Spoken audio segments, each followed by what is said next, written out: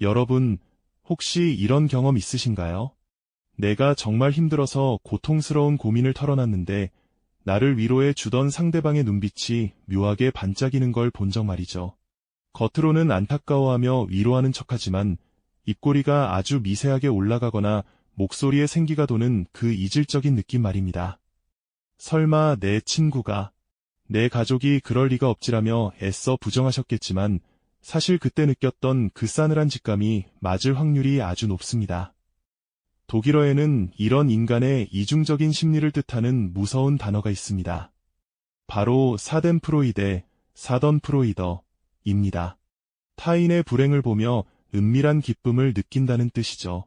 이는 단순히 못된 마음이라기보다 상대의 추락을 통해 자신의 상대적 우월감을 확인하려는 인간의 본능 중 하나입니다. 심리적으로도 타인의 고통을 볼 때 우리 뇌의 쾌락 중추인 보상회로가 활성화된다는 연구 결과가 있을 정도니까요. 오늘은 나를 진심으로 아끼는 척하면서 뒤에서는 내 불행을 안주 삼아 즐기는 사람들의 소름 돋는 심리와 그런 독이 되는 사람들을 어떻게 알아보고 내 인생에서 현명하게 걸러내야 하는지 그 깊은 지혜를 나누고자 합니다. 안녕하세요. 어른이 심리학교에 오신 것을 진심으로 환영합니다. 우리는 살아가면서 수많은 사람을 만나고 인연을 맺습니다. 특히 40대와 50대를 지나 시니어의 삶으로 접어들수록 인간관계는 양보다 질이 훨씬 중요해지죠. 젊은 시절에는 넓은 인맥이 곧 자산이라고 믿었지만 세월이 흐를수록 내 마음의 평화를 지켜주는 소수의 진실한 관계가 얼마나 소중한지 깨닫게 됩니다. 그런데 참 역설적이게도 우리를 가장 아프게 하고 등에 칼을 꽂는 사람은 멀리 있는 적이 아닙니다. 바로 곁에서 웃고 있는 가장 가까운 사람인 경우가 많습니다. 사촌이 땅을 사면 배가 아프다는 옛말은 단순한 농담이 아니라 인간의 생존 본능과 결합된 서늘한 통찰입니다. 진화심리학적으로 타인의 성공은 상대적으로 나의 결핍을 도드라지게 만들기 때문이죠. 오늘 영상을 끝까지 보시면 내 곁에서 독이 되는 관계를 현명하게 정리하고 진정한 내 편을 구별하는 해안을 얻게 되실 겁니다. 자, 그럼 가장 믿었던 사람의 가면 뒤에 숨겨진 진실을 하나씩 파헤쳐 보겠습니다. 왜 가장 가까운 사람이 내 불행을 보며 미소를 짓는 걸까요? 그건 바로 인간의 사회적 비교 이론 때문입니다. 심리학자 레온 페스팅거에 따르면 인간은 자신의 가치를 객관적으로 측정하기 어려울 때 주변 사람과 비교하며 자신의 위치를 확인하려는 본능이 있습니다. 모르는 사람이 강남의 빌딩을 샀다는 소식은 사실 별로 배가 아프지 않습니다. 하지만 나와 비슷하게 살던 친구가 갑자기 큰 부자가 되거나 자식이 잘 됐다는 소식을 들으면 왠지 모르게 내가 뒤처진 것 같고 작아지는 기분을 느끼게 됩니다. 실제로 뇌과학계의 연구에 따르면 시기심을 느끼는 대상의 불행을 목격할 때 우리 뇌의 보상회로인 복측 선조체가 활성화되어 쾌감을 느낀다고 합니다. 반대로 내가 힘들 때 상대방은 그래도 내가 저 사람보다는 낫지라는 비겁한 안도감을 느낍니다.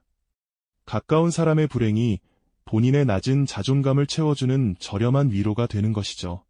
그들이 태생적인 악마라서가 아니라 스스로를 긍정할 힘이 부족해 타인의 추락을 통해서만 자신의 높이를 확인하려는 슬픈 방어기제라고 볼 수 있습니다.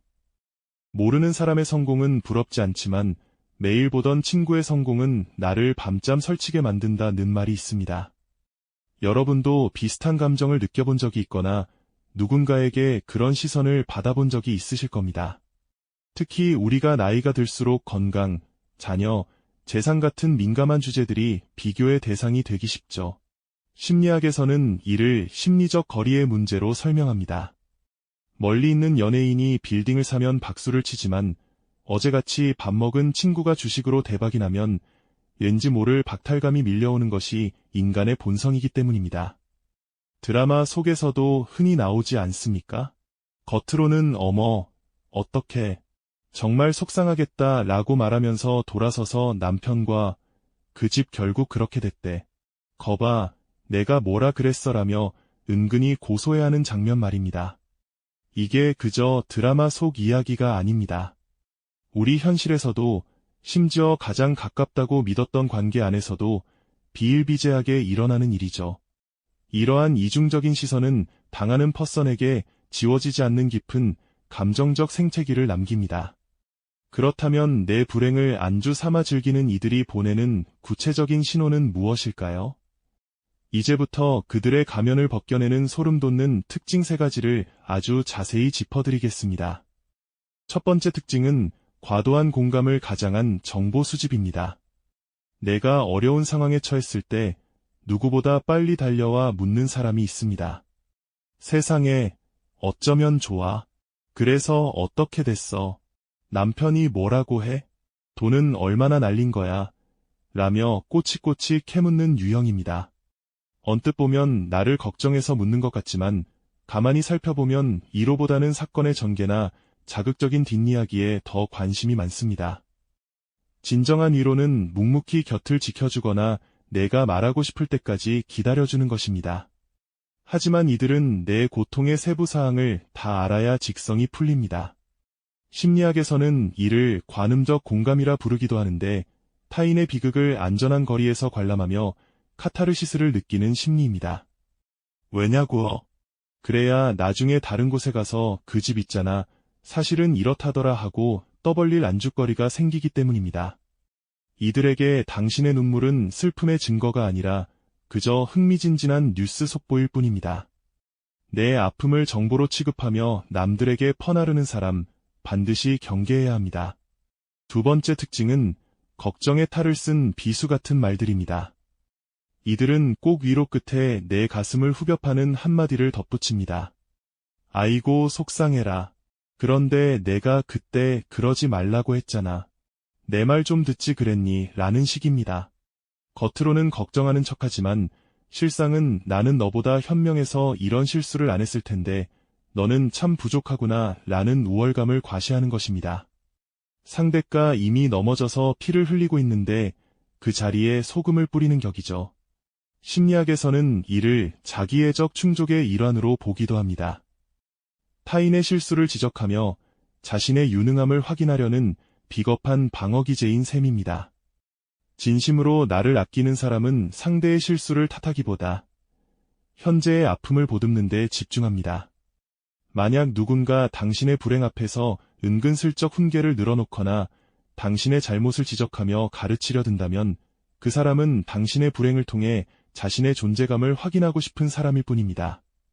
이런 이들은 당신의 고통 그 자체보다 자신의 판단이 옳았음을 증명하는데 더 열을 올린다는 사실을 반드시 기억해야 합니다.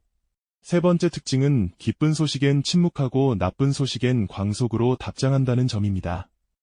이 부분이 가장 알아차리기 쉬운 확실한 신호입니다. 여러분에게 좋은 일이 생겼을 때를 떠올려 보세요.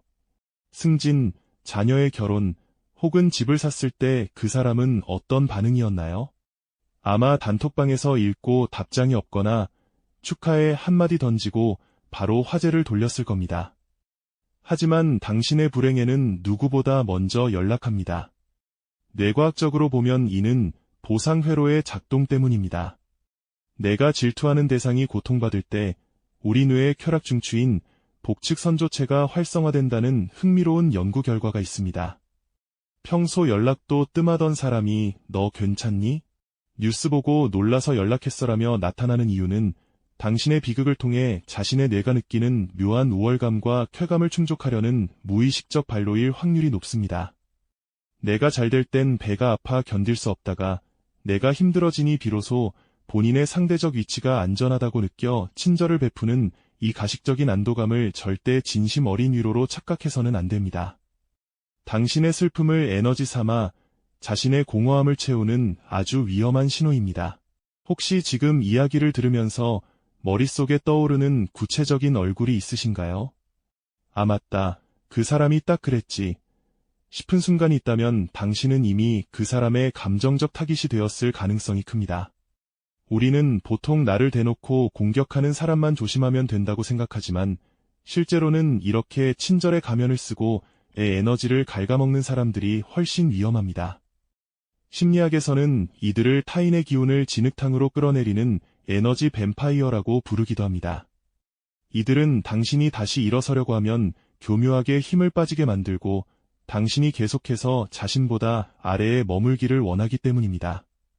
누군가와 대화하고 났는데 묘하게 기분이 찝찝하고 내가 바보가 된 기분이 든다면 그건 당신의 본능이 보내는 강력한 비상신호입니다. 우리 뇌의 편도체는 논리적인 판단이 서기도 전에 상대의 미세한 표정 변화와 어조에서 악의를 감지해냅니다. 내가 너무 예민한가? 라며 스스로를 의심하지 마세요. 당신의 직감은 생각보다 훨씬 영리하며 당신을 보호하기 위해 최선을 다하고 있는 중입니다. 그렇다면 이런 독이 되는 사람들에게서 내 마음을 지키고 관계를 정리하려면 구체적으로 어떻게 해야 할까요? 가장 먼저 해야 할 일은 정보의 비대칭성을 유지하는 것입니다. 상대방이 내 불행을 즐기는 퍼선이라는 판단이 선다면 그때부터는 내 속마음이나 구체적인 상황을 다 말하지 마세요. 그냥 그렇지 뭐, 다 잘 해결될 거야 같은 건조한 대답으로 일관해야 합니다. 비밀은 곧 무기가 됩니다. 상대가 내 불행의 깊이를 알지 못하게 하면 그들은 더 이상 나를 통해 이안을 얻을 수 없습니다. 심리학에서는 이를 전략적 자기공개라고 부르기도 합니다. 모든 것을 투명하게 드러내는 것이 정직함이라 착각해서는 안 됩니다. 특히 시니어분들은 정이 많아서 누가 조금만 잘해주면 속을 다 보여주곤 하시는데 무방비한 솔직함은 때로 독이 됩니다. 나의 취약점을 노출하는 것은 상대에게 나를 공격할 수 있는 화살을 쥐어주는 것과 같습니다. 내 소중한 이야기는 오직 내 성장을 진심으로 기뻐해 줄 수 있는 사람에게만 들려주어야 합니다. 입은 닫고 귀는 열되 내 핵심적인 패는 절대 보여주지 마십시오. 당신의 고통이 누군가의 즐거운 가십거리가 되지 않도록 마음의 빗장을 단단히 걸어 잠그는 지혜가 필요합니다. 두 번째 대처법은 회색 돌 기법, 그레이 락 메서드를 사용하는 것입니다. 회색 돌 기법이란 말 그대로 길가에 굴러다니는 아무 특징 없는 회색 돌처럼 무미건조하게 반응하는 것을 뜻합니다. 상대방이 내 아픈 곳을 찌르거나 교묘하게 비꼬는 말을 할 때 화를 내거나 슬퍼하는 등 감정적인 반응을 보이지 마세요. 심리학적으로 이들은 당신의 감정적 동요를 먹잇감 삼아 자신의 존재감을 확인하려 합니다. 당신이 격하게 반응할수록 그들은 무의식적인 쾌감을 느끼며 더욱 집요하게 파고들죠. 이때 그래, 그럴 수도 있겠네. 아, 그렇구나 정도로 짧고 영혼 없는 반응만 보여주세요. 마치 흥미로운 구석이라곤 전혀 없는 무생물처럼 행동하는 것입니다. 자극을 줘도 반응이 없으면 상대는 곧 흥미를 잃고 당신에게서 관심을 끄고 다른 먹잇감을 찾아 떠날 것입니다. 당신의 귀한 감정 에너지를 타인의 비틀린 욕망을 채워주는 도구로 낭비하지 마십시오. 고요하고 단단한 회색돌이 되어 당신의 평온을 지켜내시길 바랍니다. 마지막으로 가장 중요한 것은 손절의 기준을 세우는 것입니다. 인간관계의 정리, 늦었다고 생각할 때가 가장 빠를 때입니다. 우리는 흔히 그래도 오래된 정이 있는데 나쁜 사람은 아니잖아라며 관계를 억지로 이어가곤 합니다. 하지만 정원사가 아름다운 꽃을 피우기 위해 마른 나뭇가지를 과감히 쳐내듯 우리 인생의 정원에서도 독이 되는 관계는 정리할 필요가 있습니다. 나의 성장을 진심으로 축하해주지 못하고 내 아픔을 보며 입꼬리를 실룩거리는 사람은 당신 인생이라는 무대에서 주연이 아닌 관객석으로 내려오게 해야 합니다. 심리학에서는 이를 감정적 다이어트라고도 부르는데 불필요한 감정 소모를 줄여야 비로소 내면의 평화가 찾아오기 때문입니다. 진정한 친구라면 내가 잘 됐을 때 나보다 더 기뻐하고 내가 힘들 때 계산 없이 손을 내밀어줍니다. 고대 로마의 정치가 키케로는 진정한 친구는 행운 속에서는 부름을 받아야 오고 불행 속에서는 부르지 않아도 온다고 했습니다. 나를 갉아먹는 100명의 지인보다 나를 지지해주는 단 한 명의 진정한 친구를 찾는 것에 더 집중해야 할 시기입니다. 당신의 남은 인생은 그 누구보다 소중하기 때문입니다. 오늘 우리는 가까운 사람의 시기 질투, 그 소름 돋는 사덴프로이드의 심리에 대해 깊이 있게 알아봤습니다. 영상을 보시면서 마음 한구석이 서늘해지거나 예전 상처가 떠올라 아프셨을 수도 있습니다. 하지만 꼭 기억하세요. 상대가 당신의 불행을 은근히 즐기는 것은 당신이 부족하거나 잘못해서가 아닙니다. 그건 오로지 그 사람의 내면이 그만큼 가난하고 공허하기 때문입니다. 심리학적으로 이들은 세상을 제로섬 게임으로 바라보곤 합니다. 누군가 행복해지면 자신의 행복 주머니가 줄어든다고 믿고, 반대로 누군가 밑바닥으로 추락해야만 비로소 자신의 가치가 상대적으로 올라간다고 착각하는 것이죠. 타인의 불행 없이는 자신의 존재감을 증명하지 못하는 그 불쌍한 영혼들에게 당신의 소중한 삶과 감정을 내어주지 마세요. 당신은 그 자체로 충분히 사랑받고 존중받을 가치가 있는 귀한 존재입니다. 이제 그런 가난한 마음들에 당신의 귀한 에너지를 낭비하는 대신 당신을 진심으로 웃게 하고 영혼을 채워주는 일들에 더욱 집중하셨으면 좋겠습니다. 당신의 인생은 누군가의 비틀린 만족을 위해 존재하는 무대가 결코 아닙니다. 혹시 여러분의 주변에도 이로의 탈을 쓴 질투를 하는 사람이 있었나요? 혹은 그런 관계를 끊어내고 마음의 평화를 찾은 경험이 있으신가요? 여러분의 소중한 경험담을 댓글로 나눠주세요. 비슷한 경험을 가진 분들끼리 댓글로 서로를 토닥이고 위로하는 따뜻한 공간이 되었으면 합니다. 여러분이 남겨주시는 사연 하나하나가 누군가에게는 다시 일어설 큰 힘이 될 수 있습니다. 혼자 끙끙 앓지 마시고 이곳에 털어놓아 보세요. 마음의 짐을 나누면 그만큼 가벼워지기 마련이니까요. 저도 여러분의 댓글을 하나하나 읽으며 진심으로 응원하고 함께 고민하겠습니다. 심리학에서는 자신의 상처를 밖으로 꺼내어 공유하는 행위를 카타르시스라고 부릅니다. 억눌려 있던 부정적인 감정이 언어화되어 배출될 때 우리 뇌는 비로소 치유의 과정을 시작하기 때문입니다. 고대 그리스인들이 비극을 관람하며 주인공의 고통에 공감하고 눈물 흘리는 과정을 통해 영혼을 정화했듯이 여러분의 솔직한 고백은 스스로를 옥죄던 감정의 감옥에서 해방되는 첫걸음이 될 것입니다. 때로는 이름 모를 누군가의 저도 그랬어요. 라는 짧은 댓글 한 줄이 수백 권의 전문 서적보다 더 강력한 치유의 힘을 발휘하기도 합니다. 이곳이 서로의 아픔을 보듬는 안전한 안식처가 되길 바랍니다. 오늘 내용이 여러분의 지친 마음을 어루만져주고 관계의 혼란 속에서 작은 이정표가 되었다면 정말 기쁘겠습니다. 심리학에는 감정 전염, 이모셔널 컨테이전이라는 현상이 있습니다. 부정적인 의도를 가진 사람 곁에 있으면 나도 모르게 마음이 시들어가지만 건강한 관계 속에 머물면 마음의 근육이 단단해지기 마련입니다. 이 영상이 당신의 소중한 지인이나 가족의 마음을 지키는 든든한 방패가 되어준다면 좋겠습니다. 주변에 이 지혜가 필요한 분이 있다면 널리 공유해주세요. 아직 어른이 심리학교의 가족이 아니시라면 구독과 알림 설정을 통해 매주 마음의 영양제를 챙겨가시길 바랍니다. 구독은 무료이지만 제가 정성껏 준비하는 심리 처방전은 여러분의 인생 후반전을 더욱 빛나고 풍요롭게 만들어줄 것입니다. 좋아요 버튼 한 번은 좋은 콘텐츠를 만드는 저에게 세상 그 무엇보다 따뜻한 응원이자 큰 원동력이 됩니다. 여러분의 깊은 사랑과 응원에 힘입어 다음에도 삶의 질을 높여주는 유익한 통찰로 꼭 찾아뵙겠습니다. 다음 시간에는 나이가 들수록 혼자 있는 시간이 편해지고 오히려 고독을 즐기며 품격 있게 나이 드는 사람들의 특징에 대해 이야기 나눠보겠습니다. 인간관계에 지쳐 홀로 서고 싶지만 막상 두려움이 앞서는 분들에게 아주 큰 도움이 될 주제이니 기대해 주셔도 좋습니다. 심리학자 도널드 위니컷은 혼자 있을 수 있는 능력이야말로 정서적 성숙의 가장 중요한 지표라고 말했습니다. 타인의 시선에서 벗어나 오롯이 나 자신과 마주하는 시간은 외로운 고립이 아니라 영혼을 풍요롭게 채우는 자발적 고독의 과정이기 때문입니다. 복잡한 세상 속에서 남의 시선에 휘둘리지 않고 나만의 중심을 잡는 지혜를 함께 공부해 보시죠.